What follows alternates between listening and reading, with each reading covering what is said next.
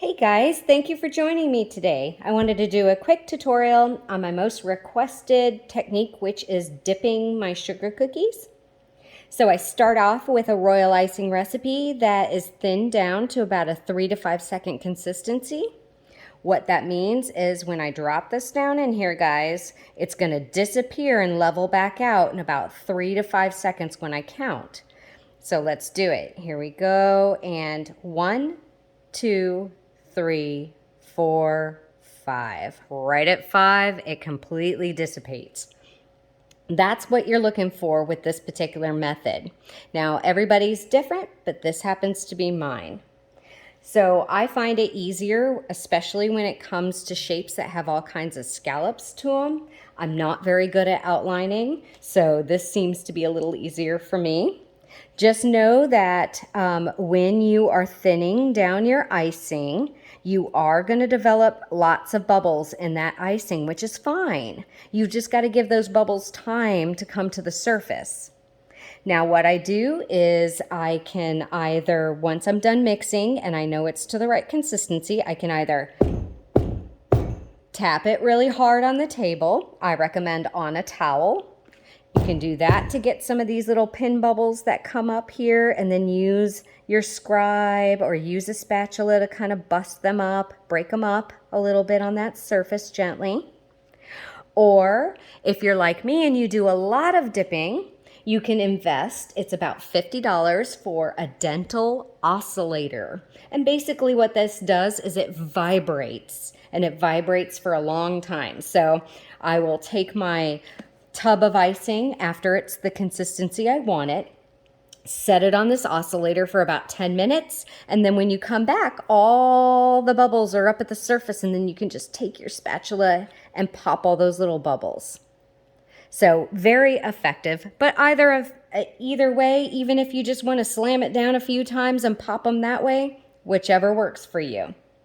Just know that as you're dipping your cookies, your first few cookies are going to have the most air bubbles, but that the air bubbles do tend to dissipate as you're doing more cookies. Now, let's talk cookie. In order to dip cookies, I prefer a nice strong structure. Some of these really tender shortbread recipes will fall apart if you try to dip them upside down into a tub of icing. But your normal average sugar cookie dough does hold up pretty good. I like a little bit thicker cookie just because it's easier to work with. Mine happen to get rolled out to 5/16. Now, your fingers will get icing on them. It's okay. Now, if you're making these for friends and family, wash your hands really good. If you're making them for customers, obviously, probably wear gloves. So I'm going to drop this cookie into the icing. I'm going to pick it back up.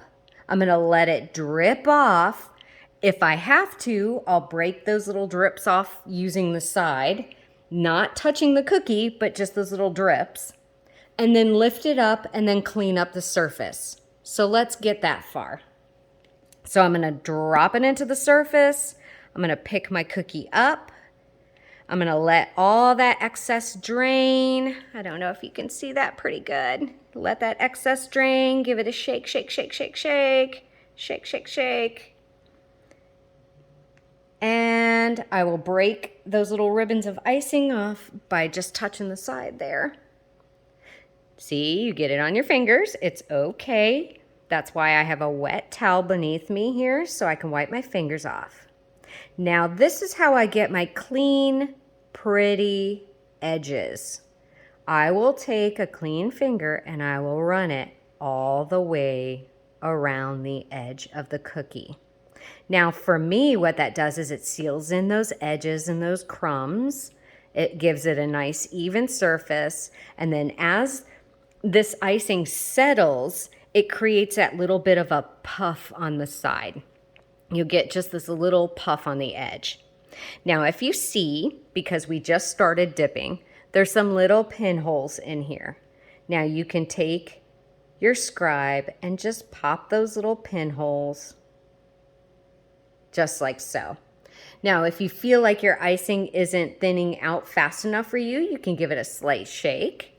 If you accidentally touch the side and oh my goodness, I just messed up my icing, just clean off your finger and run it over again, just like so. Now, to keep your icing from running over your edges, I recommend using a fan like we have here, or a dehydrator. Dehydrator works as well. Now, what I do is I actually use both. I will use a fan and I will use it on the tray of cookies I'm filling up, like you see here. And then once that tray's full, what I will do is I will put it in my dehydrator for about 10 minutes to give that nice shine on the surface. Now remember, shine on royal icing comes from how quickly you dry your royal icing, and of course a good recipe. But more than anything, you get shine now let's stop here. Look, you see how rough this edge is? Let's look at this edge after I clean it up. Now if I take my finger, look at those edges, can you see it? You see how rough those edges look?